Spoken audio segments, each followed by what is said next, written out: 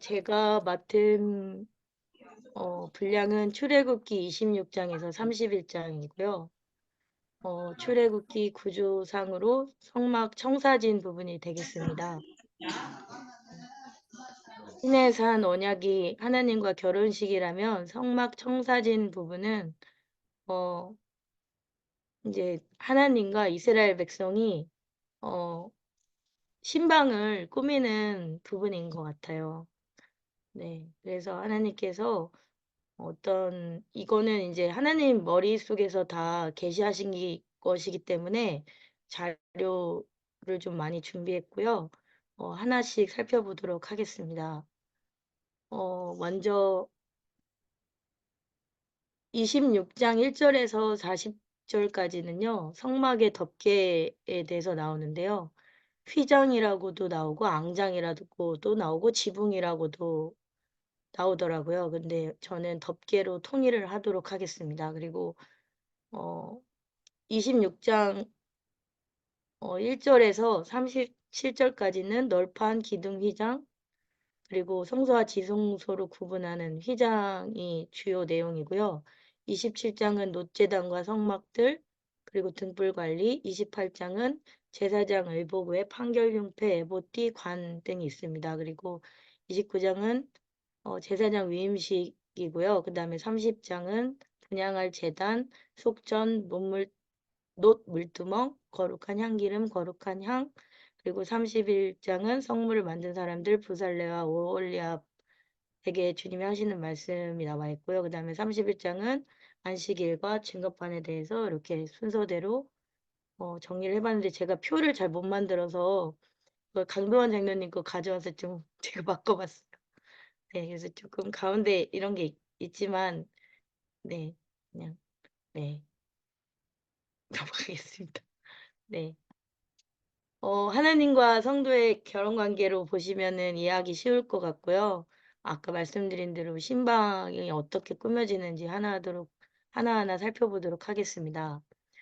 26장 1절에 너는 성막을 만들되 가늘게 꼰 배실과 청색, 자색, 홍색 실로 그룹을 정교하게 수놓은 10폭의 휘장을 만들지니. 근데 제가 왜 여기 자료를 이 식물의 사진을 가져왔냐면요. 가늘게 꼰 배실이 이렇게 삼으로 만드는 거더라고요. 그래서 가늘게 꼰 배실은 흰색인데 이렇게 대마 줄기를 이렇게 물에 불려가지고 줄기를 쫙쫙 이렇게 늘어뜨려서 찢어가지고 이렇게 모시 적삼을 만드는데 요거를 탈색하면 이렇게 예전에 조상들이 입던 이렇게 못이 한복이 되는 거라고 하시더라고요. 그래서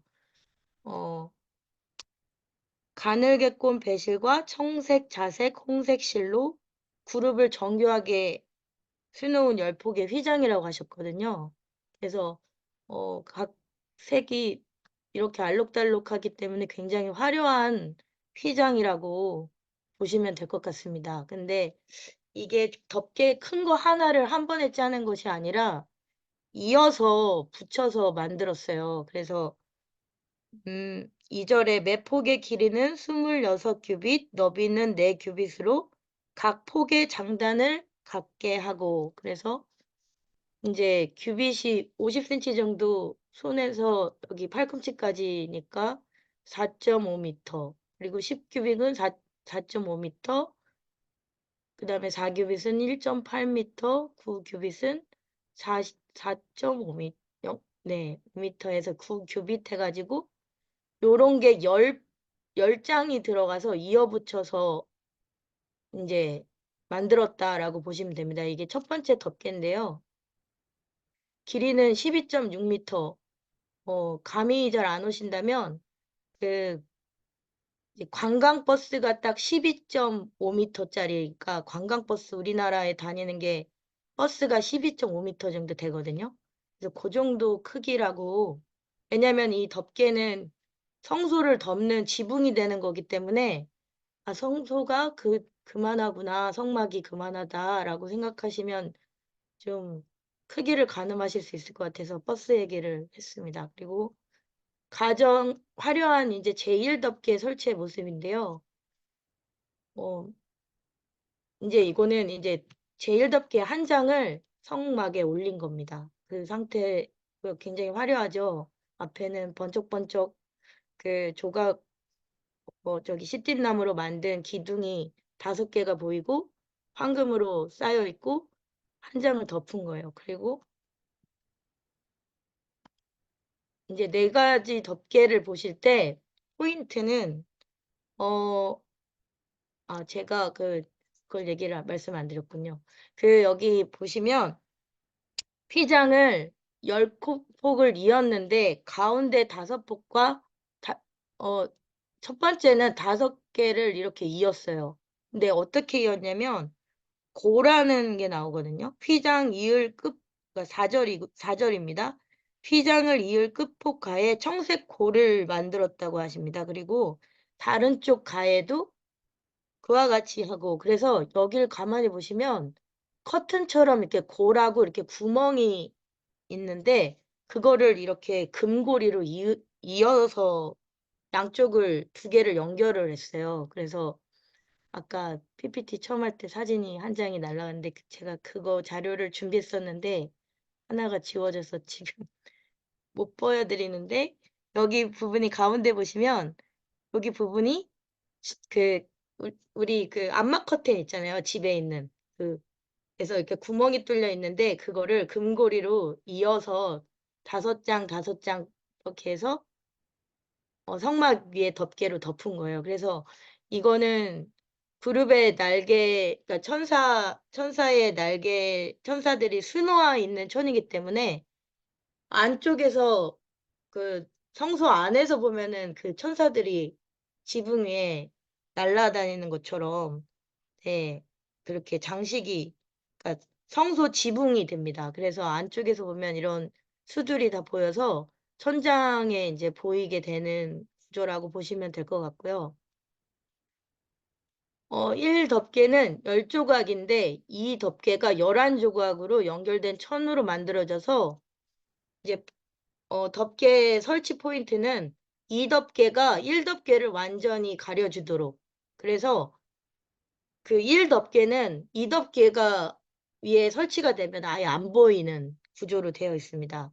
그리고 그 밖에서 이제 봤을 때는 이제 요 정도 띄어져 있더라고요. 띄어지게. 그래서 땅에 끌리지 않게. 1덮개는 땅에 끌리지 않게 됐고, 그 다음에 그 1덮개에 5개씩 그 천을 이어서 이제 골을 만들어서 갈고리로 이었다면, 이 덮개는 염소털로 짰는데 흰색이고요. 갈고리가 노소재였어요. 그리고 고도 염소털로 그냥 돼서 1덮개가 제일 화려하고요. 2덮개가 그 위에 덮이는데 이게 점점 지성소에 가까워질수록 굉장히 화려해지고 또 이렇게 비싸지는, 그 소재가 비싸지는 거로 이렇게 계속 만들라고 하시더라고요. 그래서 저는 처음에 4덮개도 3, 4덮개도 가죽이니까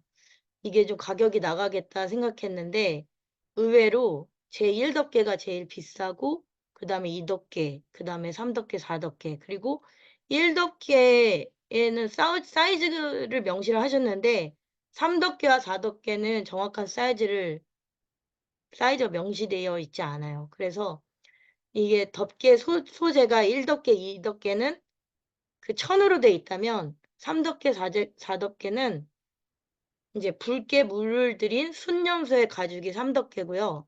4덮개는 어 해달의 가죽으로 돼 있다고 하는데 뭐 돌고래 가죽이다, 뭐 오소리 가죽이다 이런 여러 가지 의견이 있는데 저는 그냥 있는 그대로 해달이라고 그냥 생각을 했는데 이제 찾아봤어요. 그리고 순염소의 가죽을 이제 붉게 물을 들였다고 하셔가지고 이게 의도가 있구나. 그래서 이거는 어 더 이렇게 '왜 이렇게 붉게 물을 들였을까?'라고 생각을 해 보면 좋을 것 같다는 생각을 해서 원래는 이 각 덮개의 사이즈나 그 색깔을 보고 풍요적으로 해석을 하신 그런 자료들이 굉장히 많았는데 저는 해석을 안 하는 게 더 좋을 것 같다는 마음이 들었고요. 단 3 덮개의 염색을 했다는 것은 하나님께서 지시하셔서 붉은색으로 의도적으로 염색을 한 거기 때문에 그거는 그 색깔이 의미하는 거가 뭔지는 생각을 해 보고 묵상을 더 해 보면 좋을 것 같다는 생각을 했어요. 그래서 소재가 다르고요. 1-2 덮개는 어 인제 천으로 만들어졌고 3-4 덮개는 가죽으로 만들어졌고 그래서 방풍, 방수, 암막 기능을 가지고 있다. 그래서 이제 1 겹, 2 겹, 3 겹, 4겹 이렇게 가면서 네 이렇게 이거 강도한 간사님 자료입니다. 네 너무 잘 돼 있어서 가져왔는데요. 이게 처음에 제일 화려한 그 가늘게 꼰 배실과 청색, 자색, 홍색 실로 그룹을 정교하게 수놓은 제일 덮개고요. 그 옆에 것이 염소털을 만든 그래서 여기 보시면은 요거는 5 폭, 6 폭이에요. 그래 가지고 한 폭이 더 있어서 옆에 보시면은 더 1 덮개가 보이지 않을 정도로 내려와 있죠. 그다음에 3 덮개는 붉게 일부러 염색을 한 순양의 인제 가죽이죠. 그리고 네 번째는 해달의 가죽 요렇게 되어 있고요. 그래도 궁금하실 것 같아서 인제 정답은 아니지만 어 이제 어떻게 나와 있나 그 의미가 중요할 수 있으 이 중요하니까요. 하나님께서 말씀하시는 것들이 우리가 추측을 하면 안 되지만 그래도 생각해 볼 수 있는데 어 이 제일 덮개는 그리스도의 완전한 의와 구속 사역을 의미한다고 하십니다. 그리고 제2 덮개는 염소의 털로 짠 흰 천인데 그리스도 대속의 죽음을 상징한다고 하시더라고요. 근데 저는 공부를 하면서 '왜 양의 털로 하지 않고 염소의 털로 했을까?' 했는데 그때 당시는 인제 그 아사셀의 염소라고 레위기 10 장에 나오는 그 제사장이 염소에게 안수를 해서 광야로 내보내는 그래서 그 죄를 뒤집어 쓰고 광야에서 죽는 염소가 나오거든요. 근데 그 염소의 털로 짠 흰천을 사용했다고 해요. 그래서 이것도 '예수님의 대속의 죽음을 상징하는 거구나.'라는 걸 알 수 있었고요. 그다음에 제3 덮개는 인제 의도적으로 붉은색으로 염색한 순양의 가죽인데 이것도 레위기에 나오고요. 붉게 물들인 이유는 이제 인제 이거를 인제 조심을 해야 되지만 그래도 이거는 의도적으로 하나님이 염색하라고 하셨기 때문에 예수님의 피와 그 속죄를 상징하는 것이 아닌가라고 저는 인제 정리를 해 봤습니다. 그리고 4 덮개는 인제 물이 완벽하게 차단해서 기울을 타지 않는 암막 덮개예요. 그래서 4 덮개가 인제 방수, 방풍 그다음에 빛도 차단해 주고 했는데 인제 제가 인제 발견한 건 공통점은 1 덮개를 빼고는 누군가가 다 동물이 죽었어요. 그래서 피를 흘려서 이것들이 만들어졌다. 그래서 생명과 관련이 있고 또 그 아담과 하와가 그 창세기에서 죄를 범해서 에덴 동산에서 쫓겨날 때 그 가죽옷을 지어서 입히시잖아요, 하나님께서. 그래서 그런 것들이 생각이 나기도 했습니다. 어 덮개는 완전한 보호하심을 말하는 거고요. 제가 여기 그림을 하나 넣었는데 네. 네 넘어가겠습니다. 그 아까 제4 덮개에 나오는 그 바다소라는 동물은 가장 뭐 돌고래라고 하시는 분도 있고 뭐 여러 가지 의견이 물소라고 하시는 그런 학자도 있고 그러신데 저는 인제 돌고래는 되게 작잖아요. 근데 이 바다소라는 게 듀공이라는 동물이 있어요. 그래서 포유동물인데 이게 지중해 연안의 얕은 물가에 살았다고 합니다. 따뜻한 지역에. 그래서 이거를 잡아서 제4덮개를 만들지 않았을까. 네. 남부 유럽과 북부 아프리카 사이에 테티스에서 살았대요. 그래서 지금도 있거든요, 이런 게.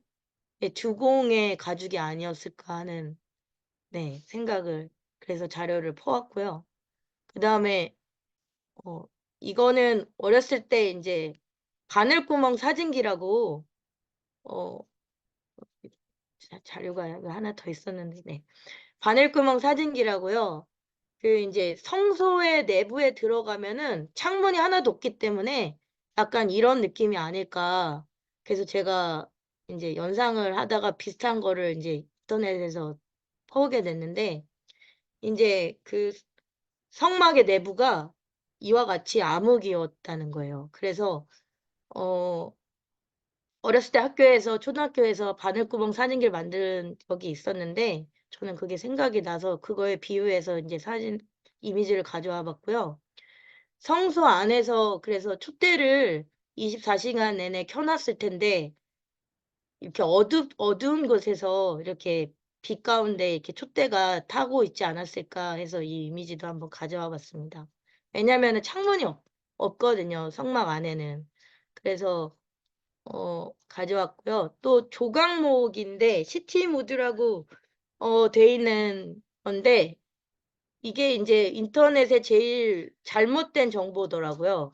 이제 출애굽기 25장 10절에도 나오고 25장 23절, 26장 15절, 26장 26절 이렇게 나오는데 저는 시팀나무에 대한 거를 좀 다 모든 걸 조사해 봤어요. 그래서 이것이 과연 맞는 이야기인지 아, 네, 잠시만요. 제가 예. 간사님 아기가 화장실을 가고 싶다 그래서 잠깐만 갔다 오겠습니다. 죄송합니다.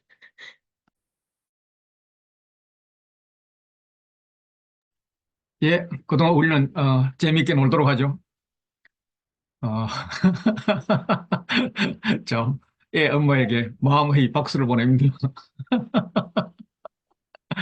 예,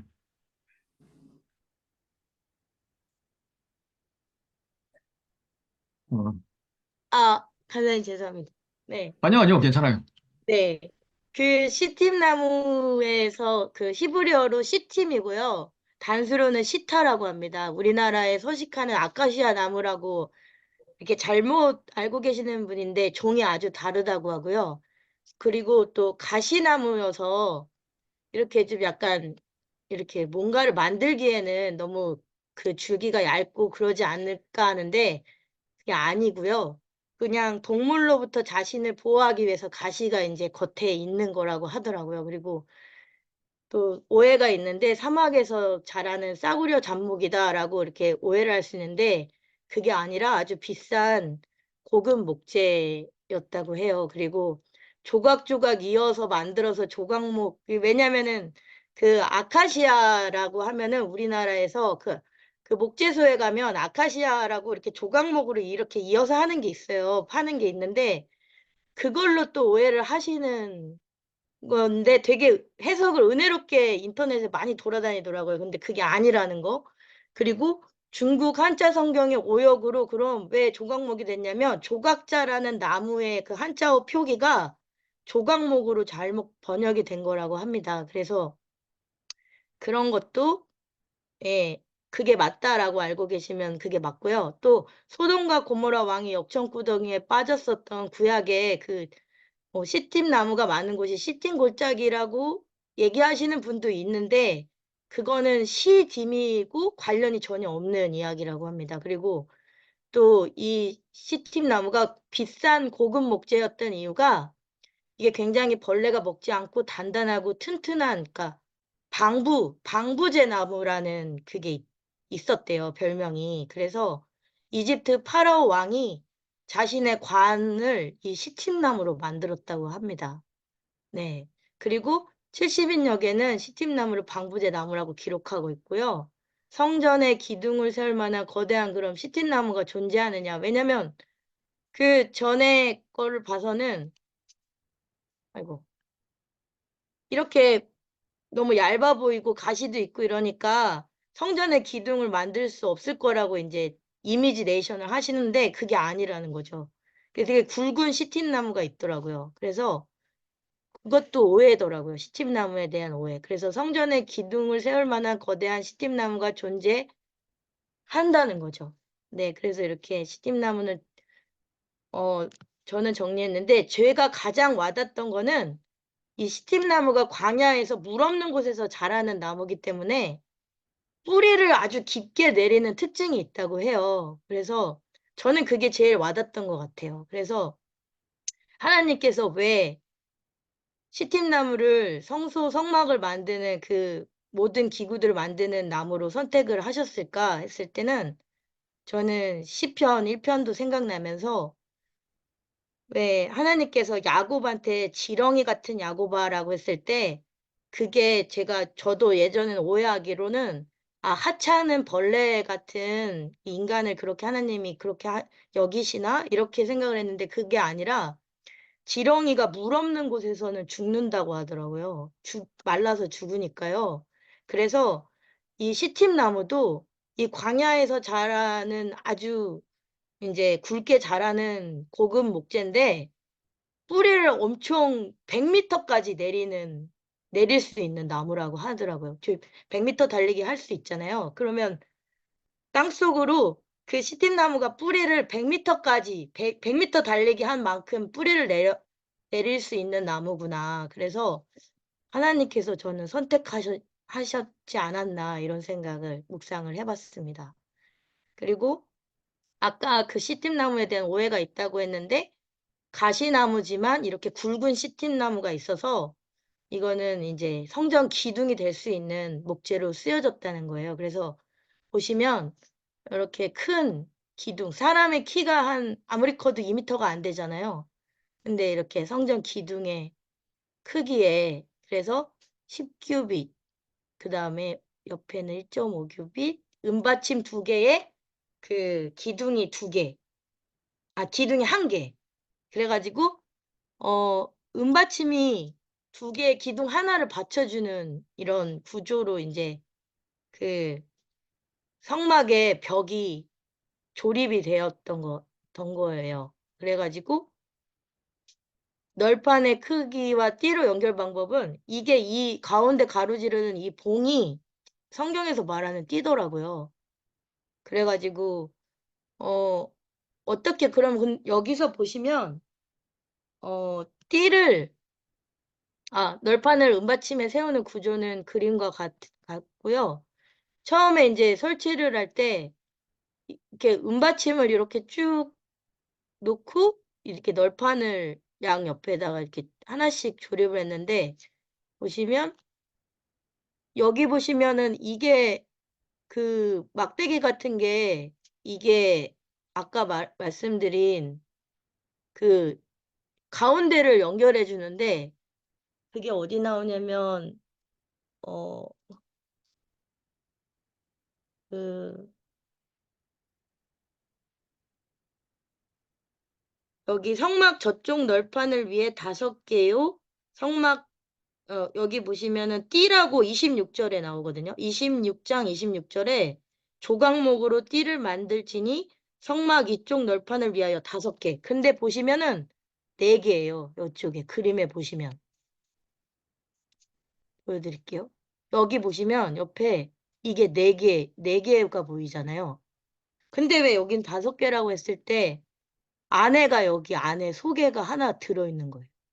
그래서 이 널판을 이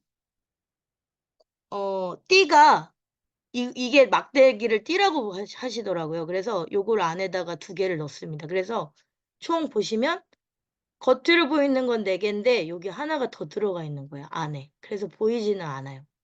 그래서 그 막대기가 요 안에 숨어 있다라고 이해를 하시면 되고요. 이게 이제 높이는 10규빗, 10규빗, 20규빗 해가지고 직사각형의 모양인데 요렇게 해서 앞에는 휘장, 근데 이제 여기 특징이 뭐냐면 기둥이 지성소 앞에 있는 기둥은 4개고요. 그 다음에 여기 성막 문 입구에 있는 기둥은 5개예요. 그래서 여기 휘장을 내리게 되면 여기가 문이 4개가 생기는 거예요. 그리고 여기는 문이 3개가. 네. 그렇게 이제 설계를 하셨더라고요. 그래서 하나님이 정말 계시하신 대로만 이렇게 하지 않았나. 네. 그래서 만들기 어려웠지만 굉장히 튼튼하고 견고하게 왜냐면 이 성막을 만들 때 뭐 못을 박거나 그런 게 전혀 뭐 악교를 칠하거나 그렇게 해서 하는 게 아니라 이게 다 조립식이고 이동식이 돼야 하기 때문에 이렇게 짜여진 그 약간 레고 조립하듯이 약간 그런 식으로 만들어진 성물이거든요. 그래서 굉장히 견고하고 튼튼하게 짜여져 있는 목재 건물이다. 이렇게 생각하시면 될 것 같습니다.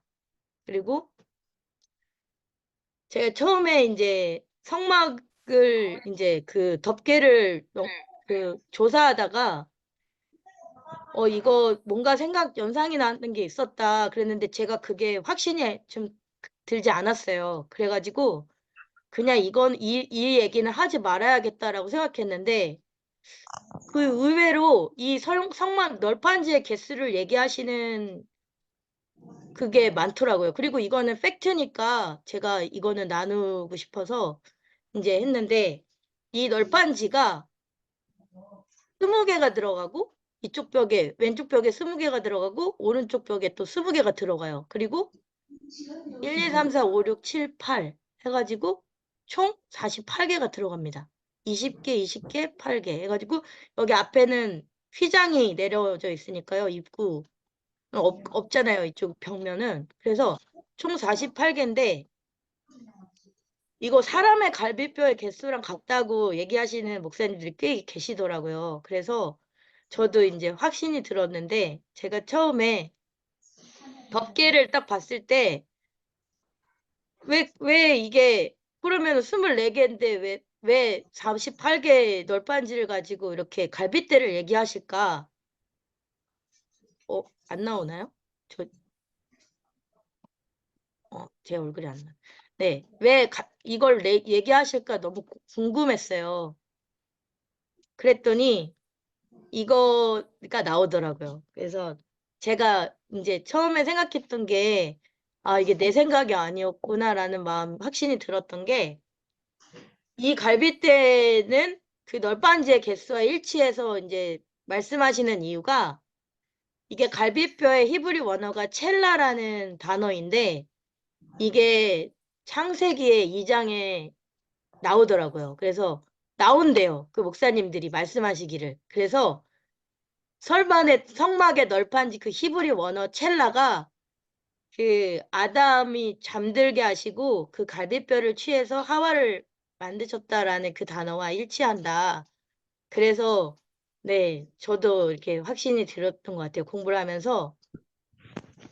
네. 근데 이제 예전에는 그 성경에서 그 금초대와 진설병을 이제 널판지를 보호하고 있고 갈비뼈를 만들었다고 해서 얘기를 한 사람이 처음에 이제 유럽의 최초로 그 해부 연구를 한 베살리우스라는 사람이 있었는데 그 학자가 이제 진짜 인간을 해부를 해보니까 남자와 여자의 갈비뼈 개수가 똑같다는 걸 이제 발견한 거예요. 그래서 사람들이 중세시대 때 성경만 믿으니까 이게 갈비뼈가 당연히 남자께 하나가 없다. 그러니까 하나가 빠졌을 거다. 여자를 만들었으니까 이렇게 생각을 했는데 이게 똑같다고 얘기를 하니까 이 사람이 성경을 모독했다는 이유로 이단으로 몰렸고 추방을 당한 일이 있었대요. 네, 그래가지고 지금은 이제 의학적으로도 밝혀졌잖아요. 12개? 12개. 네. 그 다음에 그러면은 왜 24개인데 48개랑 연결이 되냐라고 하시면 이게 처음에 제가 덮개를 보고 그 26장의 자색 홍색실 그다음에 뭐 그 숫소 붉은 염료로 물들인 순양의 가죽 이런 걸 보면서 저는 제가 예전에 어렸을 때 이렇게 인체 신비도감 이런 거 보는 거 좋아했었는데 그게 생각이 났었거든요. 근데 그냥 긴가민가한 거예요. 근데 갈비뼈 널판지 이게 성막에 개수가 나오면서 갈비뼈를 목사님들이 얘기하시니까 '아 이거 인간의 육체일 수도 있겠구나.'라는 생각이 이게 더 많이 간 거예요, 확신이. 그래 가지고 저희 이제 예전에 인제 이게 동맥과 정맥의 그것만 인제 그려진 거고요. 이거는 근육의 모양. 좀 비슷하지 않나요? 이거 청색실, 홍색실 그다음에 이거 붉게 물들인 순양의 뭐 그런 네.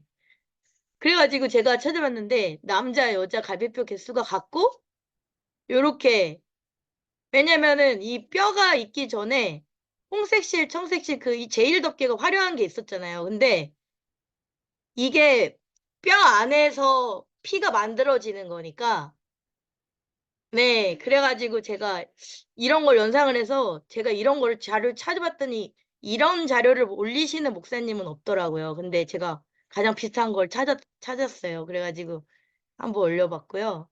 그다음에 네. 이 색깔이 그 저기 연상되잖아요. 그 붉은 색깔 피 그리고 정맥도 그 병원에서 파란색으로 이렇게 표시하잖아요.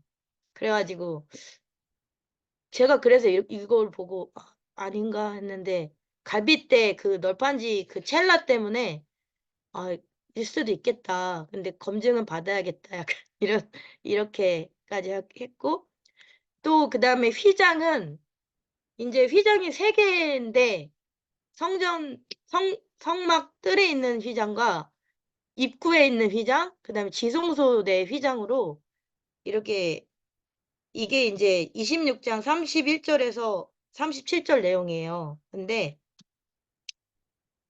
이 지성소 휘장이 가장 화려했겠죠. 왜냐하면은 지성소를 가리는 휘장이었기 때문에 아까 인제 덮개도 1 덮개, 2 덮개, 3 덮개, 4 덮개 중에서 1 덮개가 제일 화려했고 제일 비싸고 그리고 이 성막의 안에는 다 금으로 도금이 되어 있는 상태고 번쩍번쩍하지만 창문이 없어서 어두운 상태.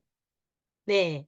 그래 가지고 뭐 성막을 이 성소를 금으로 된 집이라고 하시는 별명이 있더라고요. 그 집을 "황금의 집이다." 뭐 이렇게 부르기도 하더라고요. 그래서 저도 가만히 생각해 보니까 어렸을 때 인디아나 존스라는 영화를 봤는데 거기에 성배를 찾아서라는 편이 나오는데 인디아나 존스 박사님이 고고학을 전공하신 분인데 영화 주인공이신데 그 성배랑 언약궤를 그 도굴꾼들이 그거를 들고 가려고 하다가 뭐 그런 내용이에요, 영화가요. 그래서 그 뭐 인디아나 존스 뭐 레이더스 이런 거 봤을 때 뭐 거기 그 저기 터키의 페트라인가요? 거기도 나오면서 그게 좀 생각이 났던 것 같아요. 그래서 금으로 쌓여져 있었기 때문에 '아 이런 것들이 이제 인간의 눈에는 되게 엄청난 보물처럼 보였겠다.'라는 생각도 들었어요. 근데 인제 우리가 인제 제일 신약에서 제일 인제 휘장이 찢어졌다고 하는 부분이 이 휘장 지성소 안에 있는 휘장이라고 왜냐하면 이걸 가지고도 학자들이 되게 의견이 분분했는데 이거는 이제 확실하게 말씀드릴 수 있는 거는 이 천사들이 수를 논 인제 지성소 휘장으로 나뉘어 난 인제 성소 안에서도 지성소가 있고 성소가 있는 거죠. 그래서 지성소에는 대제사장만 1 년에 한 번 대속죄일 날 들어갔던 곳이 지성소고 그다음에 여기 성소는 우리 지난주에 박택기 목사님 말씀해 주신 것처럼 떡상이랑 금 등대 있고 분향단, 금으로 된 향단이 있었는데 인제 그게 그 세 가지를 제사장이 관리를 했던 것 같고요. 그다음에 지성소 휘장의 설치 방법은 여기 보시면 갈고리 33 절에 26장 33 절에 "그 휘장을 갈고리 아래에 늘어뜨린 후에 증거궤를 그 휘장 안에 들여 놓으라. 그 휘장이 너희를 위하여 성소와 지성소를 구분하리라." 그래가지고 이렇게 금고리 갈고리로 그 안에 있는 거는 4개, 기둥이 4개였잖아요. 여기는 지금 기둥이 이제 단면도로 돼서 안 나왔는데 기둥이 앞에는 5개고 뒤에는 4개였는데 이렇게 갈고리로 휘장을 늘어뜨리라고 하셨다. 그래서 이렇게 구현을 한 거고 이거는 조금 자료로 쓰기에는 지금 지성소 휘장이 찢어진 건데 꼭 외성소 휘장이 찢어진 것처럼 보여가지고 기둥도 안 보이고 그래서 어떻게 할까 하다가 그래도 이게 위에서 아래로 찢어졌다고 나오거든요, 성경에. 그래서 예수님의 돌아가셨을 당시에 그 마태복음 27장 50절에서 52절까지 말씀이 예수께서 다시 크게 소리 지르시고 영원히 떠나시니라 이제 성소휘장이 위로부터 아래로 찢어져 둘이 되고 이러면서 이제 예수님이 돌아가셨을 때 이 성소휘장이 이렇게 찢어졌었다. 근데 포인트는 아래에서 위로 찢어진 게 아니라 위에서 아래로 찢어졌기 때문에 이게 휘장의 두께가 학자들이 얘기를 하기를 절대로 사람이 찢을 수 없는 두께, 그러니까 손바닥 두께라고 하더라고요. 그 여리고성의 그 벽에 마차가 다녔던 것처럼 이 성막 지성소 휘장도 사람의 손바닥 정도 두께라고 하니까 8cm에서 10cm 사이였던 것 같아요. 근데 이게 위에서 아래로 예수님 돌아가셨을 당시에 찢어졌었다. 네, 그래가지고 아유 하나님이 찢으셨구나라는 네, 그거는 일치하더라고요, 다.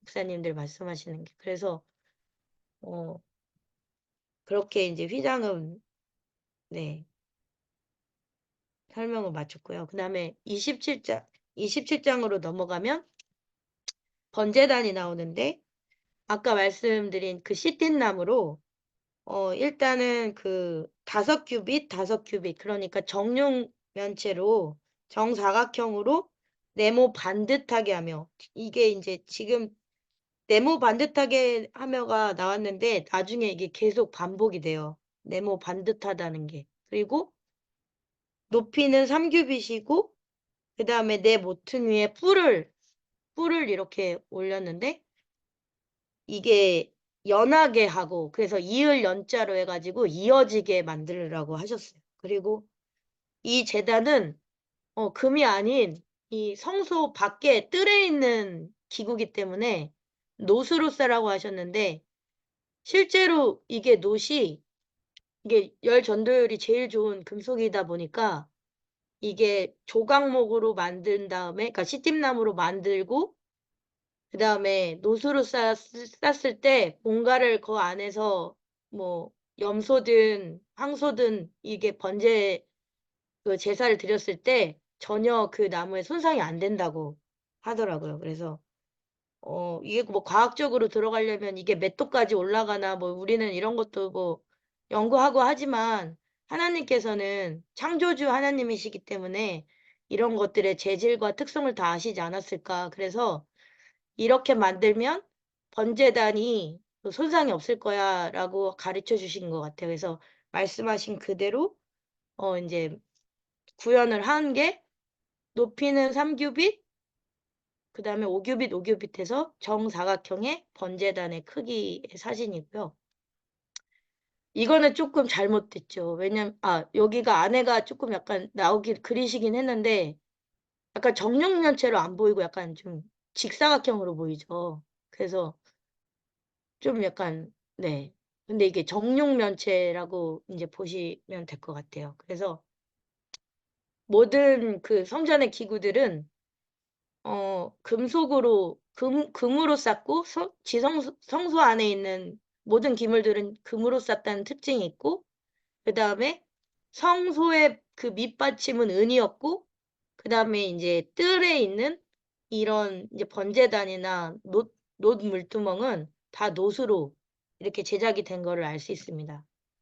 근데 이제 여기서 이제 뜨거운 것들이 위에 올려지고 태워지기 때문에 놋으로 만들라고 하신 것도 있지만 이제 놋의 의미를 또 찾아보면 이거는 이제 그 번제단의 기물이에요. 그래서 3절에 보시면 재를 담는 통과 부삽과 대야와 고기 갈고리와 불 옮기는 그릇을 만들되 제단의 그릇을 다 노수로 만들었고요. 그 다음에 제단을 위하여 만들고 또 네 모퉁이에 고리 넷을 만들었습니다. 고리 넷은 요걸 말하는 것 같아요. 왜냐면 요것도 이동식이거든요. 그래가지고 이렇게 만들었고 이런 것들을 이제 보시면 옮기는 그릇, 그다음에 고기 갈고리, 요거는 고기를 이렇게 찍어서 이렇게 뒤집을 수 있고 뭐 이렇게 움직일 수 있는 그런 거고, 이거는 재를 통에다 담아서 버릴 수 있는 네, 재통이고요. 원산은 저 예정대로 진행하시면 되고요. 그럼 네. 끝나고 오세요.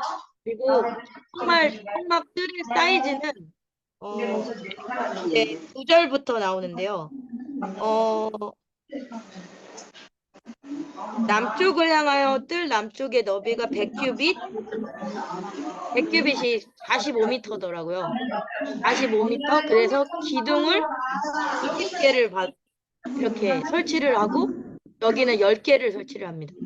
그래서 이게 이제 27절 9절에 있는 내용이에요. 너는 성막뜰을 만들지니 남쪽을 향하여 뜰 남쪽의 너비가 100규빗 세마포 휘장을 쳐서 그 안쪽을 당하게 할지니 그 기둥이 수물이며 그 받침 스물은 노수로 하고, 네, 아까 성소의 그 받침은 은이었다고 말씀드렸는데 여기 이제 울타리의 받침은 노수로 하나님이 만들라고 하십니다. 그리고 갈고리와 가름대는 은으로 또 위에는 만들라고 하셨어요. 그래가지고 성막의 뜰의 크기는 이렇고, 네, 45m, 23m, 그다음에 높이는 2.3m의 울타리가 쳐져요. 그래서 성막의 뜰이 나와 있고요. 그다음에 성막의 이제 뜰의 크기는 아까 말씀드린 대로 50규빗, 100규빗, 100규빗, 50규빗인데 여기가 이제 출입문인데요. 동쪽이에요.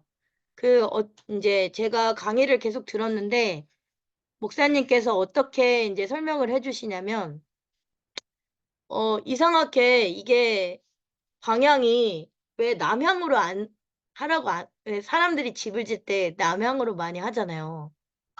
근데 왜 이 성막을 왜 동쪽으로 이렇게 바라보게 만드셨을까 이런 또 궁금증이 생겨서 의미가 다 있더라고요. 그래서 보시면은 이 동쪽에서 바라본 성막이 이렇게 정면으로 볼 수 있는 상황이에요. 왜냐면 이쪽이 동쪽이고 북쪽이 오른쪽이고 남쪽이 왼쪽이고요. 서쪽이 반대쪽. 그러니까 해가 지는 쪽, 동쪽이 해 뜨는 쪽이에요. 그래서 보시면은 이렇게 이제 유다 지파가 이제 문 쪽에 이렇게 진을 치고 있었는데 유다 지파가 이제 이렇게 바로 정면으로 12시 방향으로 볼 수 있었던 성막의 모습이고요. 이건 사이드로 본 건데 이제 이렇게 네, 아까 울타리 나왔고요. 뜰문 나왔고요. 그래서 이 성막의 뜰 그 이제 9절에서 이제 나오는 내용이 다 구현을 한 그림이 이런 것들입니다.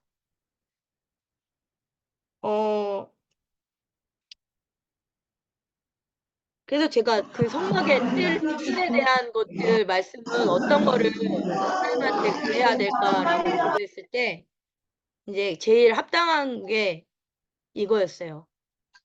시편 65편 4절에 주께서 택하시고 가까이 오게 하사 주의 뜰에 거하게 하신 사람은 복이 있나이다. 우리가 주의 집, 곧 주의 성전의 아름다움으로 만족하리이다. 라는 말씀이었고요.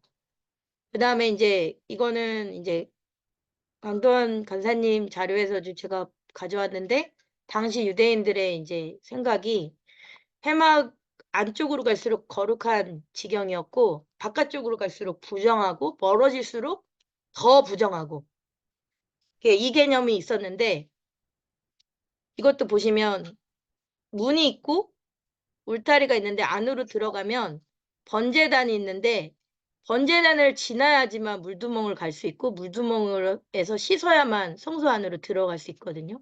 그래서 이 개념. 그래서 동쪽으로 멀어질수록 이게 하나님과 멀어지는 개념이더라고요. 근데 아까 말씀드렸듯이 그 창세기에 보면은 그 아담과 하와가 동쪽으로 쫓겨났어요. 그래가지고 하나님이 불검, 화영검으로 지키게 하신 그 상징이 저는 번제단이 아닐까, 뭐 이런, 그렇게 보시는 분들도 꽤 많으시더라고요. 그래서 저는 잘 모르겠지만 그런가 보다 했어요. 그리고 그 다음에 뜰 문으로 이제 여기 보시면 문 이쪽을 위하여 포장이 15규빗이며 그 기둥이 셋이요 받침이 셋이요 문 저쪽을 위하여도 포장이, 그러니까 포장이라는 거는 이걸 말하는 거예요. 하얀색 천, 가림막, 울타리 천을 말하는 거고요. 그 다음에 뜰 문을 위에서 이렇게 앞에 보시면 이렇게 아름답게 그 제1덮개처럼 수를 놨는데 이 수를, 이게 그림마다 수가 다 다르더라고요. 그래서 이제 너무 이제 궁금한 것도 있고 그래서 찾아봤더니 되게 이렇게 확대 해석을 배제하고 이렇게 검증된 거로 고증에 입각한 분이 말씀하시기를 사자 모양이 수가 나져 있을 거다라고 말씀하시더라고요. 그래서 저는 또 예수님께서 그 유다의 사자, 그 유다의 후손으로 이렇게 오시잖아요. 그래서 상징적으로 이렇게 사자 문양을 수를 놓지 않았을까. 근데 이거는 여러 가지 다른 견해가 있어서 확실히는 말씀 못 드리겠지만 그런 생각을 했어요. 문 쪽에 그런 사자들, 여기에는 뭐 이렇게 약간 좀 얼토당토한 수를 놓은 것 같아요. 근데 이 수 그림은 뭐 중요한 걸 수도 아닐 수도 있지만 왜 그 어떻게 보면 그 어떤 건물의 문에 뭔가가 그 건물의 정체성을 나타낼 수 있거든요. 그래서 저는 그 부분이 좀 궁금했어요. 그래서 찾아봤는데 너무 의견이 자세하게 나와 있는 건 별로 없고 찾아봤더니 그냥 사자라고 하셔서 그냥 사자인가 보다 했는데 확실하진 않습니다. 그리고 이 개념으로 이제 이해를 하시면 점점 성막 밖으로 갈수록 이제 멀어지는 거예요. 특히 동쪽. 이렇게 보면은 이제 아까 말씀드렸듯이 진영이 이제 서쪽으로는 베냐민, 므낫세, 에브라임 있고 남쪽으로는 르우벤, 시몬, 갓. 그다음에 북쪽으로는 단, 아셀, 납달리. 그다음에 밑으로는 유다, 이사갈, 스불론 뭐 이렇게 나오더라고요. 그래서 가장 회막 가까이에서 수종을 들어야 됐던 게르손과 고압과 무라리와 무세와 아론은 요 십자가처럼 보이잖아요. 그래서 이것도 하나님의 의도를 하셨나 뭐 이런 생각도 했고요. 그 다음에 이제 뜰문을 넘어가겠습니다. 넘어가면은 이제 성막에서 이제 3영역이 나오는데 정리를 잘 해놔서 이제 이걸 가져왔는데 성막의 구조와 의미에서 성막에 3가지 영역이 있는데 바깥뜰은 세상을 말하고 안뜰은 그리스도, 그러니까 인크라이스트 핵심 사상을 의미하는 거라고 안뜰이라고 해서 그리스도 안에 그 이제 킹제임스 흔적역 그 본에도 보면은 예수 그리스도 안에서라는 게 첫 표지에 박혀 있는데 그런 중요한 의미니까 이렇게 안뜰 바깥 이렇게 구별하는 거. 그래가지고 성소 안에 그 성막 안에서는 성소와 지성소, 그것도 거듭난 이후에 그리스도 안에 머무는 것 해가지고 이렇게 의미를 이렇게 써놓으셨더라고요. 그리고 성막에 삼금석이 있는데 처음에 나왔던 그 성소 뜰 안에 있던 그 모든 기구는 노수로 만들어져 있고 그 다음에 이거는 세상, 하나님, 심판, 하나님의 공의 이런 거를 나타낸다고 하시고요. 그 다음에 은은 하나님의 백성으로의 구속. 나중에 뒤쪽에 나오면은 그 속전이라는 게 개념이 나오는데 이 속전을 은으로 냈다라는 그런 말씀을 하시더라고요. 그래서 하나님 백성으로서의 구속에 참여하는 의미로 그 속전, 세금을 은으로 내지 않았나. 그래서 이 성막이 만들어졌을 때 그 성막의 밑받침으로 사용되었던 은이 다 속전으로 만든 은이라고 그런 가르침이 있더라고요. 그리고 금은 이제 하나님 나라, 영광, 신성, 변하지 않는 그 박대기 목사님이 그 순금 등대를 이렇게 두들기면서 만들었다는데 그 등대는 촛대는 교회를 상징하는데 그렇게 이제 변하지 않는 그래서 영광, 또 하나님 나라 이렇게 해석을 하셨잖아요. 그리고 저는 좀 거기다가 이게 저만의 이제 약간 은혜를 좀 더 가미한다면 저는 금은 믿음이라고 생각하거든요. 네. 왜냐면은 저는 이제 확실한 건 아니지만 저는 네. 그냥 하나님 왜 어렸을 때 불렀던 찬양 보면 믿음으로 가는 나라, 하나님 나라 이러고 이제 하나님 천국에 그 하늘나라에 가면은 길이 천국이 금길로 되어 있다 뭐 이런 말씀 저는 어렸을 때부터 듣고 자라서 그런지 물론 이게 이런 광물의 그 유한한 세계의 그런 광물로 하나님 나라가 지어진 건 아니지만 그게 먼저 상상이 되는 것 같아요. 근데 이제 변하지 않고 그다음에 하나님의 영광을 나타내는 금으로 성막 내부를 다 도금을 했고 널판지도 다 기구도 그다음에 언약궤도 그다음에 금양단도 금촛대도 그다음에 떡상도 다 금으로 그래서 하나님이 이렇게 금이라는 그 광물을 쓰시지 않았나. 그리고 또 성막의 4가지 컬러는 그 덮개에 나왔던 그 컬러처럼 흰색은 완전한 의로움, 그다음에 홍색은 예수님의 피 흘리심 속죄, 그다음에 자색은 하나님 나라의 왕권, 통치권, 그다음에 청색은 하나님 나라의 영광, 신성, 뭐 이렇게 대표하는 컬러라고 이렇게 정리를 해주셨습니다. 그다음에 그리고 이제 금이 들어간 양과 놋이 많이 들어가서 이렇게 또 잘 만들어져 있는 자료가 와서 제가 이제 가져와 봤는데요. 아까 말씀드렸듯이 그 금이 예, 굉장히 많이 들어가 있더라고요. 그래서 대략 네, 이 정도 이 정도의 가격의 금이 성막을 만드는 데 들어갔다라고 합니다. 그래서 1달란트는 34kg이래요. 그래서 그리고 1세겔은 11.4g. 그래서 29달란트는 730세겔인데 이게 금의 약 1톤과 같은 분량이라고 하고요. 금 한 돈이 지금 많이 이거는 예전 자료여가지고 적은데 지금 많이 비싸졌잖아요. 그리고 은도 그렇고 놋도 그렇고 포인트는 각 부분에 어떻게 사용이 되었는지. 근데 이제 이제 아까 쉽게 개념으로는 지성소 안으로 갈수록 하나님이 고급 재질을 쓰셨고 금으로 도배를 하셨고 밖으로 나올수록 심판, 그다음에 이런 거를 쓰셨다. 그리고 이 은이라는 것이 세금으로 이스라엘 백성들이 낸 세금으로 만들어졌다. 네. 그리고 정리를 해봤고요. 그다음에 등불의 관리는 27장 20절에서 21절에 나오는 2절에 나오는 내용인데 그 아론과 그의 아들들이 회막 안으로 이제 감람유로 짠 순수한 기름. 순수하다라는 뜻은 아무것도 섞이지 않은 네, 100% 감람유로 만든 기름이다라는 뜻인 것 같고요. 그다음에 이 순수하다라는 자크라는 단어가 여기 출애굽기 성막 본문과 기름과 향에서만 쓰여지는 단어라고 하더라고요. 그래서 하나님께서 굉장히 이 기름을 중요하게 여기지 않으셨나.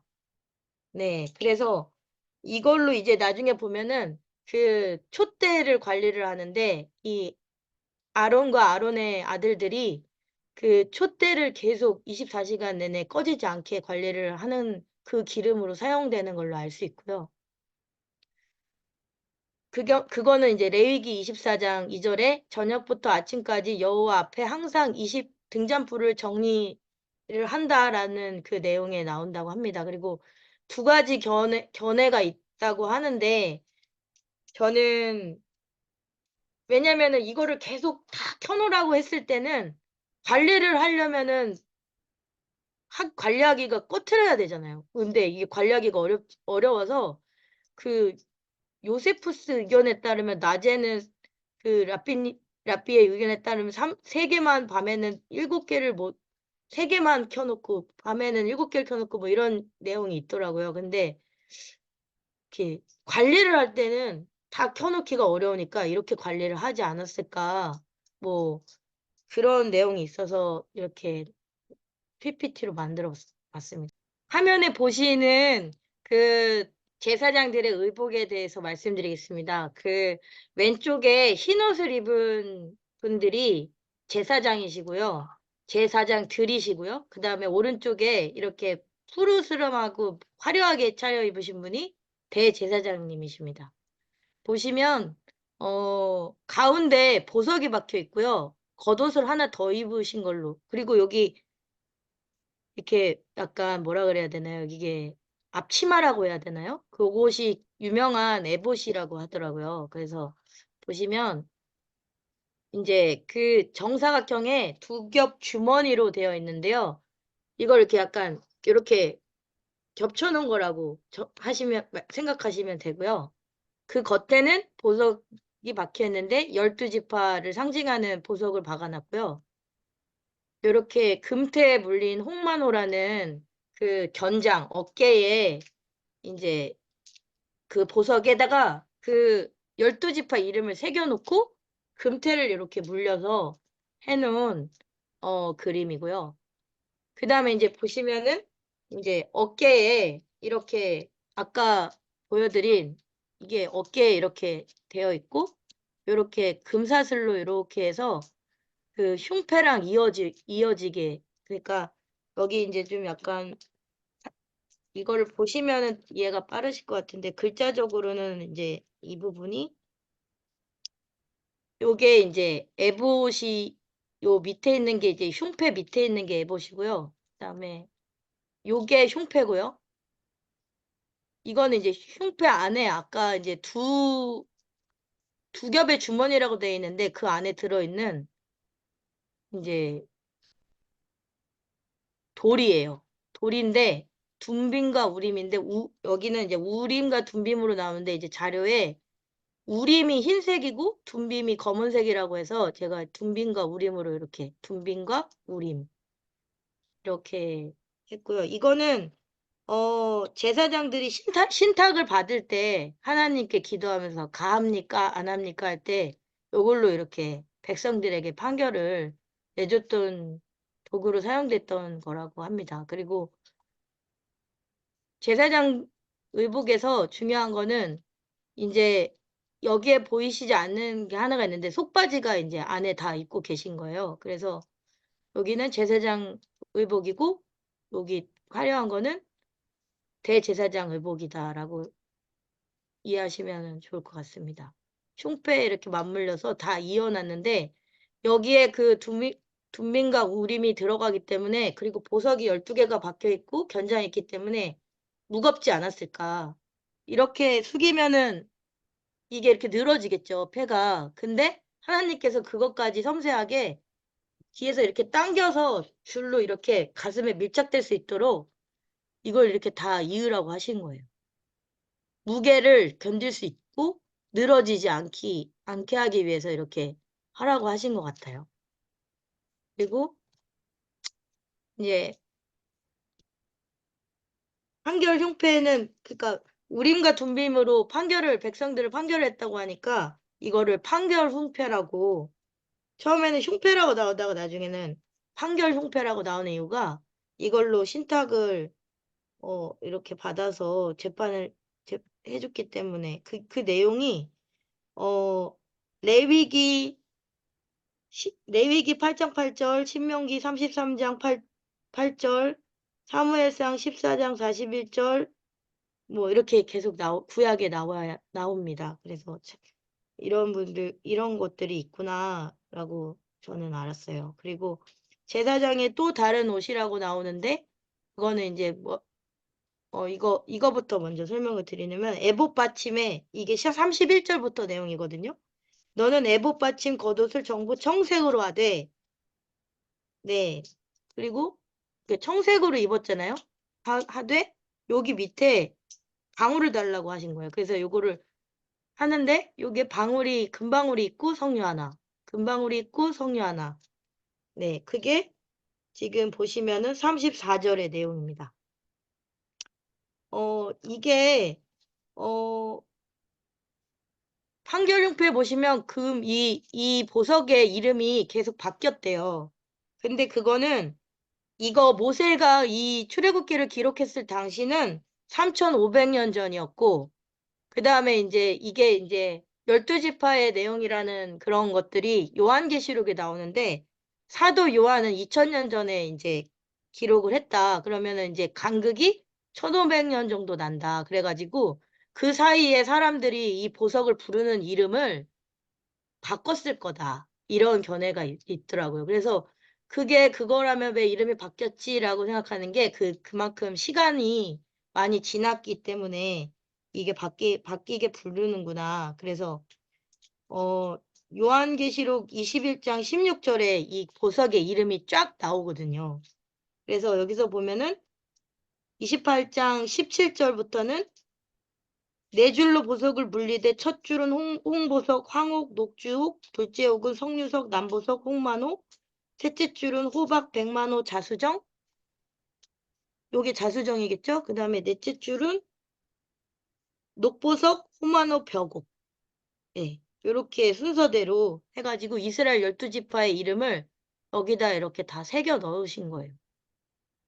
이 자료는 좀 잘 안 보이네요. 근데 그렇게 만드셨다고 하더라고요. 그리고 그 판결 형패 안에 이 무거운 돌멩이, 까만 돌과 하얀 돌을 넣어놨고 주머니를 만들어서 이렇게 금사슬로 어깨에 견장을 하고 아까 그 이스라엘 12지파에 있는 이게 어깨에 달려있는 게 이렇게 내려서 여기 안에서 이렇게 꺼내가지고 이렇게 신탁 그 판결을 하신 게 아닌가. 네. 그리고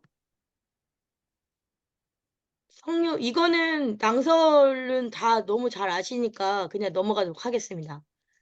왜냐하면 이제 대제사장이 뭐 1년에 한 번 들어가는데 방울 소리가 안 나서 이게 돌아가셨다 생각하면 밧줄로 잡아 끌어내렸다 뭐 이런 게 잘못된 거라는 건 다 아시잖아요. 그래서 항상 대제사장이 지성소 내든 아니면 뜰 아니든 그냥 다니셨을 때 계속 소리가 난 거라고 해요. 그래서 이게 지성소에서 소리가 안 나서 돌아가셨으니까 밧줄을 끌어내고 이런 게 아니라는 거는 숙지하시면 좋을 것 같고, 이제 이거는 금향단의 모습인데요. 이게 조금 자료가 순서가 뒤에 나와야 되는데 좀 앞에 나온 것 같아요. 근데, 여기 보시면은 제 제사장이 이제 분향단 앞에서 기도하는데 저는 그 사가랴, 스가랴, 세례 요한의 아버지 그분이 생각이 났어요. 이 이미지를 보고 이분이 이렇게 기도하시다가 이렇게 해서 벙어리가 됐다고 이렇게 나오잖아요. 성경의 신약에. 그래서 그 장면인가 이런 생각이 또 들었고요. 그다음에 이거는 제가 예전에 결혼하기 전에 다녔던 교회예요. 제가 다녔던 교회인데 이제 목사님께서 성결교단 목사님이셨는데 이렇게 십자가를 가운데 이렇게 강대상을 작게 만드시고 뒤에를 조명을 이렇게 하고 앞에다가 여호와께 성결이라고 이렇게 한글로 이렇게 예쁘게 하셨는데 제가 이 사진이 왜 떠올랐냐면 이 이게 이제 잠깐만요. 이게 보면은 그 아론과 아들들의 그 직분을 위임할 때 계속 나오는 단어가 거룩이라는 단어더라고요. 그래서 의복을 입기 전에, 회막문에서, 29장 4절에 보시면, 너는 아론과 그의 아들들 회막문으로 데려가다 물로 씻기고, 그러니까 회막으로 들어가기 전에 몸을 정결하게 했어요. 그 다음에 띠를 띠게 하고 옷을 입고 관을 씌우고 머리에 기름을 바르고 그리고 나서 회막으로 들어갔거든요. 그래가지고 그런 게 있구나. 그래서 왜 목사님께서 왜 십자가 옆에다가 여호와께 성결이라고 쓰셨을까 했을 때는 목사님이 말씀하시기는 이 대제사장의 이 관에 여호와께 성결이라고 적어놨는데 하나님께서 왜 이마에다가 그렇게 여호와께 성결이라고 쓰라고 하셨을까 하는 거는 하나님이 그 거룩하게 하기를 원하셨다는 거예요. 그래서 여기서 4절에서 회막문으로 들어가기도 씻고 에봇을 입고 띠를 띄우고 관을 씌우고 그 위에 거룩한 패를 더했다는 게 그 여호와께 성결이라는 의미로 예, 관을 씌우고 제사장 직분을 거룩하게 할지니라 라는 말이 반복돼서 나오거든요. 그래서 기름도 이제 보면은 여기서 제사장 직분을 하면은 몸에 뭔가 더러운 것들이 묻지 않았을까. 근데 그거를 바로바로 하나님께서 씻기를 바라셨고 여기서 송아지도 잡고 막 피도 튀고 막 이러지 않았을까요? 근데 그거를 물두멍에서 계속 정결하게 하고 또 모든 기구들에게 관유를 바르고 이거를 지시를 하셨다는 걸. 네, 그래서 성소뜰 중앙에는 항상 물두멍이 있었고 논물두멍 안에서 손발을 씻었고 그 다음에 향기로운 냄새가 나는 기름을 모든 기구에 바르고 그 다음에 이제 제가 이제 궁금하게 여겼던 게 제가 이제 그 구약에 있는 여기 나오네요. 바질 속옷. 네. 여기 보면은 여기 성패에 여호와께 성결이라고 이렇게 적어놨다는 걸 알 수 있고요. 그다음에 또 제사장의 관이랑 대제사장의 관이 조금 다르죠. 그리고 여기에 원래 이렇게 금방울, 성류 이렇게 달려있어야 되는데 요거는 지금 자료가 약간 미흡한 것 같고요. 그다음에 이제 제가 여기서 좀 궁금했던 게 잘 몰랐던 부분이 제사와 종류에서 저는 이제 성경에 나오는 레위기에 나오는 5대 제사밖에 몰랐었어요. 근데 요제라는 게 딱 눈에 딱 들어오더라고요. 그러면 요제는 뭘까? 거제도 있네? 이렇게 된 거예요. 그래서 이제 보니까 구약에 이제 5대 제사가 있고 이제 번제, 소제, 화목제, 속죄제, 속건제가 있고 구약의 제사를 드리는 방법에 따라 화제, 거제, 요제, 전제가 있다는 걸 이번에 제가 알았습니다. 근데 이제 화제는 태워서 드리는 거고, 거제는 이렇게 들어서, 그러니까 이게 이제 들어서 들린다고 했을 때 저는 뭐가 생각났냐면 광야에서 인자가 이렇게 들려서 노뱀으로 이렇게 예수님을 상징하는 그 모세가 지팡이에다가 그 노뱀을 이렇게 해가지고 백성들이 보게 하는데 불뱀에게 물린 사람이 그것만 바라보면 살았잖아요. 그게 거제에서 생각이 났고요.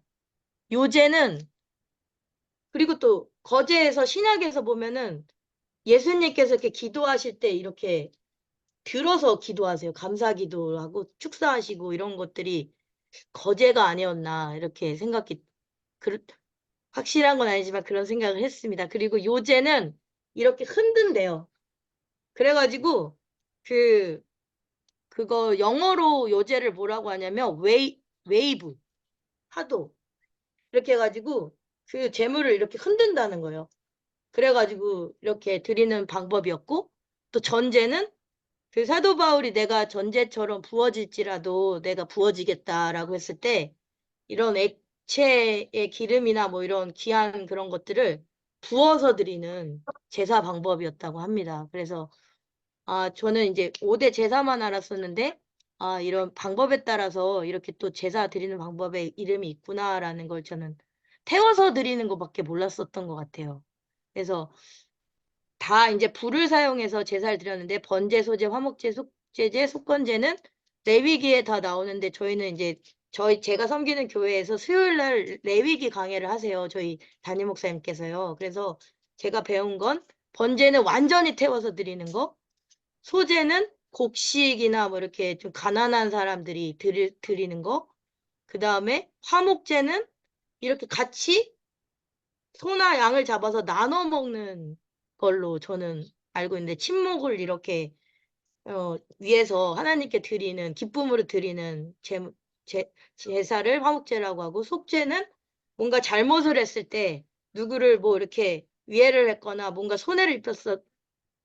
그거는 속건제고, 속죄제는 죄를 졌을 때 하나님 앞에 회개하는 마음으로 나아가는 게 이제 속죄제고, 속건제는 뭔가 변상을 해야 되거나 이렇게 뭔가 피해를 입혔을 때 내가 변상하는 마음으로 이렇게 속건제를 드린다라고 목사님한테 배웠고요. 그 다음에 이제 이 그림은 번제를 드리는 대제사장은 아니지만 제사장의 모습이고요. 앞에는 이제 어린 양 예수님을 상징하는 예수님이 어린 양이 있고요. 그 다음에 속전에 관하여 나왔는데요. 속전은 아까 말씀드렸다시피 그 성막의 밑 받침에 들어간 게 다 은이었잖아요. 기둥 한 개에 은 받침 2개씩 들어갔는데, 이제 그거를 이스라엘 백성이 계수할 때 사람의 20살 되는 청년들한테 이제 세금을 거둔 거예요. 우리나라로 따지면 이제 주민등록증이 나왔으면 이제 어른으로 쳐주는 거죠. 그래가지고 세금을 내라. 그래가지고 성소의 세계를, 저는 이제 여기 이 부분을 읽으면서 신약에서 예수님께서 다야. 이게 이제 관찰 질문을 하다 보면은 그들이 계수할 때 그들의 질병이 없게 하려고 이거를 하나님이 내라고 하셨는데, 이 부분에서는 다윗이 인구 계수해가지고 하나님한테 한번 제 백성한테 전염병이 돈 적이 있었잖아요. 그 얘가 생각이 났고, 또 여기서 성소의 세겔로 반세겔을 한 세겔을 20개라고 하는데, 한 세겔을, 그러니까 두 사람이 반세겔씩 한 세겔을 냈다 그랬는데, 예수님이 이제 베드로랑 선전세를 내야 되는데 돈이 없으니까 베드로가 막 얘기를 하니까 물고기를 한 마리 잡아와봐 해가지고 베드로가 물고기를 한 마리 잡아왔는데 그 입에서 그 한 세겔이 나오는 게 그게 신약의 성서에 기록이 되어 있는데 그게 떠오르더라고요. 그래서 예수님도 이 세금을 내셨구나. 그리고 그게 한 세겔이고 한 사람당 이제 반 세겔씩 내는 거였구나. 그래서 그 물고기 입에서 나오는 한 세겔을 가지고 너랑 나랑 그 세금을 내자. 성전세를 내라. 그래 그 말씀이 떠올랐던 것 같아요. 그리고 이제 물두멍으로 넘어가면은 물두멍에서는 이제 엄청나게 물두멍이 크더라고요. 크기가.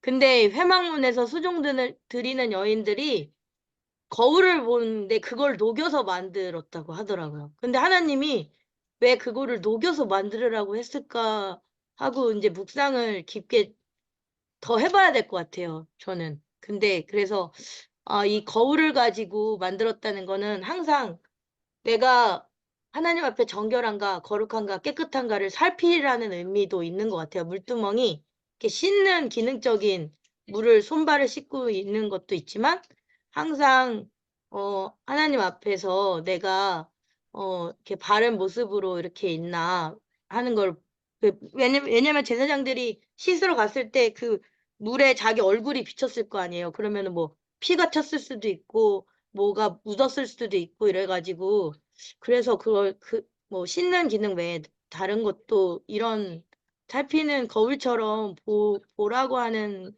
의미도 있지 않을까라고 해서 자료를 가져와 봤고요. 그 다음에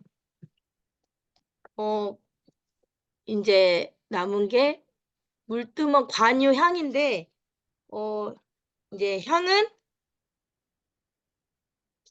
거룩한 향기름이라고 나오는데 왜 기름이라고 안 하고 왜 거룩한 향기름이라고 했을까 했을 때 다 이게 종류별로 기름이 다 다르더라고요. 그래서 우리가 아는 그 성소에 그 촛대를 꺼트리지 않는 그 감람류가 있었다면 여기서 말씀하시는 향이 나는 기름은 액체 모략이 있고 육개라는 게 있고 창포가 있고 또 아까 처음에 나왔던 감람류가 있는데 다 향기가 나는 기름이었다. 그래서 이게 이제 22절부터 나오는데 다 의미가 있었어요. 그래서 제가 그거를 이제 알려드리면, 여기서 이제 포인트는 거룩한 관유를 만드는 법이 있었어요. 그래서 그거를 그 법대로 만들어서, 여기 나오네요. 25절에 향을 제조하는 법대로 향기름을 만들라고 지시하셨고요. 그렇게 해서 만들었을 때 거룩한 관유로 쓰임을 받는데 그 관유가 모든 기구에 다 발라졌어요. 그래서 26절에 회막 증거기에 바르고 상에도 바르고 등잔대, 기구, 분향단, 번제단, 물두멍, 받침에 다 발라서 그 바른 것들은 다 지극히 거룩한 것으로 이렇게 성별을 했다는 것을 알 수 있고요.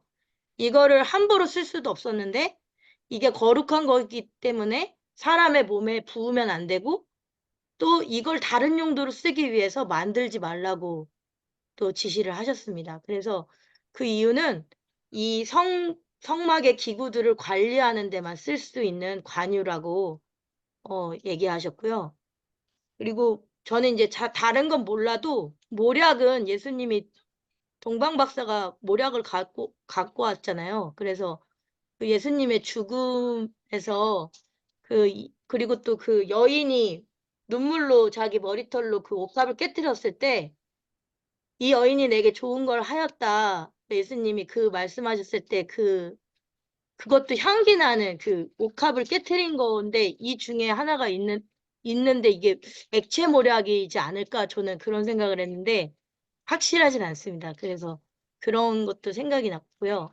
그 다음에 이제 31장으로 넘어가면 회막 기구의 장인들을 하나님께서 이제 부르셨는데 여기서는 이제 지명하셨다고 나오는데 딱 이제 대표적인 인물은 부살렐과 오홀리압인데 항상 1절에는 이렇게 나와요. 여호와께서 모세에게 말을 하는 거예요. 왜냐면은 이분 부살렐을 지명했지만 부살렐한테 말씀하시지 않고 모세한테 가서 내가 유다 지파 후레 손자 우리의 아들인 부살렐을 지명했고 하나님의 영을 그에게 충만하게 해서 지혜와 총명으로 이 지식과 여러 가지 재주로 정교한 일을 연구해서 이 성막 기구들을 만들게 하겠다. 그리고 그 제사장 의복에 있던 보석들을 깎아 물려서 나물 새겨서 만들게, 저는 이제 이게 하나님이 이렇게 부담을 주시는 게 아니라 그 사람이 가장 그 일을 잘할 수 있는 사람을 지명해서 부르셨고, 이거를 이제 그 지휘 체계에 따라서 모세한테 말하게 해서 모세가 이제 아론한테 말하고 아론이 이렇게 말하지 않았을까. 그래서 부살레를 지명을 하셨고, 그 다음에 이제 오홀리압은 단지파 소속의 사람인데 아이사막의 아들 오홀리압을 세워서 이제 그 일을 할 수 있도록 지혜로운 마음을 주셨는데 또 함께 지혜로운 마음이 있는 모든 자가 같이 지혜를 주어 그들이 내게 명령한 것을 만들게 하셨다고 하시는데 이것도 하나님이 이 사람들이 그거를 할 줄 아는 걸 아시고 부르셨다. 그래서 불러서 만들게 하셨는데 이 사람들은 서로 도와가면서 기도하면서 만들지 않았을까 이런 생각이 들었고 회막 증거계와 속죄소와 회막의 모든 기구에 제가 이제 그 지난주에 이제 박대기 목사님 말씀하시는 그 메노라 그 촛대가 70번 이상 실패를 하고 다시 부시고 녹여가지고 다시 만들었다는 걸 자료 준비하면서 알게 됐어요. 그래서 이게 한 번에 만들어진 게 아니라 많은 사람들이 지혜를 모아서 하나님의 명령에 준행하려고 정말 많은 시간과 노력을 투자해서 만들었다. 근데 하나님이 이제 대표적인 인물로 부살렐과 오홀리압에게 이걸 지시하셨다. 그리고 그 만들 수 있는 지혜도 하나님께서 주셨다라는 거를 그게 제일 와닿았어요. 왜냐면은 나무를 새겨 만들게 하리라, 만들으라고 해라가 아니라 만들게 하리라라고 하나님이 하셨거든요. 그래서 말씀을 하시고 나서 그분들을 불러서 이제 할 수 있는 능력도 주셨고, 그래서 그분들이 정말 성심성의껏 금잔대를 최소 70번 실패를 하면서 그거 모든 기구들을 다 만들었던 것 같아요. 네, 그래서 정말 귀한 거구나. 이 성물들이 다.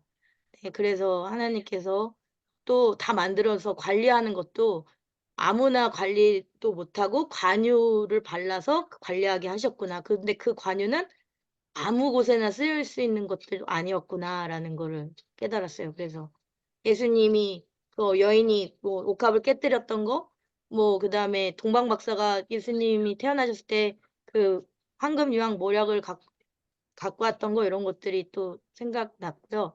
그다음에 이제 출애굽기 초반에는 아론과 모세가 되게 이렇게 뭐랄까 주저주저하고 하나님 뭐 저기 바로에게 가는 걸 두려워하고 막 이랬는데 이제는 대제사장으로 이제 아론은 임명이 되었고 모세는 대제사장에서는 종교적인 의식은 아론한테 다 위임을 해가지고 이렇게 이제 하나님의 명령에 준행을 해서 이 훈련들이 정말 체계적으로 이렇게 군대를 이룰 수 있는 것까지 갔다 하고 이제 31장 안식일에서는 이 모든 거를 하나님께서 이제 언약 관계로 백성을 부르셨고 그 신방을 꾸민 거라고 처음에 이제 그렇게 인트로를 했었는데 이제 마무리가 이제 내가 이날 너랑 여기서 만날 거야로 이제 저는 이제 그렇게 해석을 했는데 안식일 날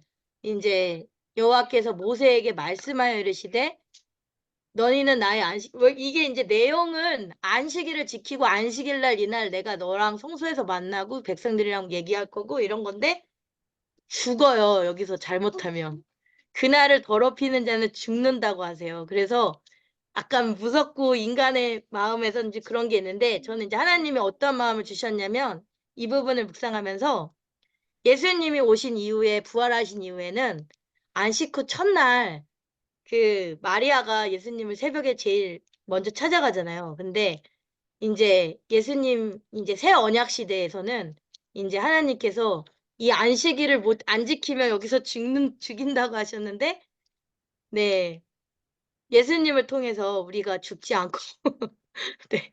그리고 유대교의 그 토요일 날 그거를 이렇게 너무 어려운 그런 것들을 다 지키지 않고 이렇게 안 와도 되는 네, 자유를 하나님께서 주시지 않았나.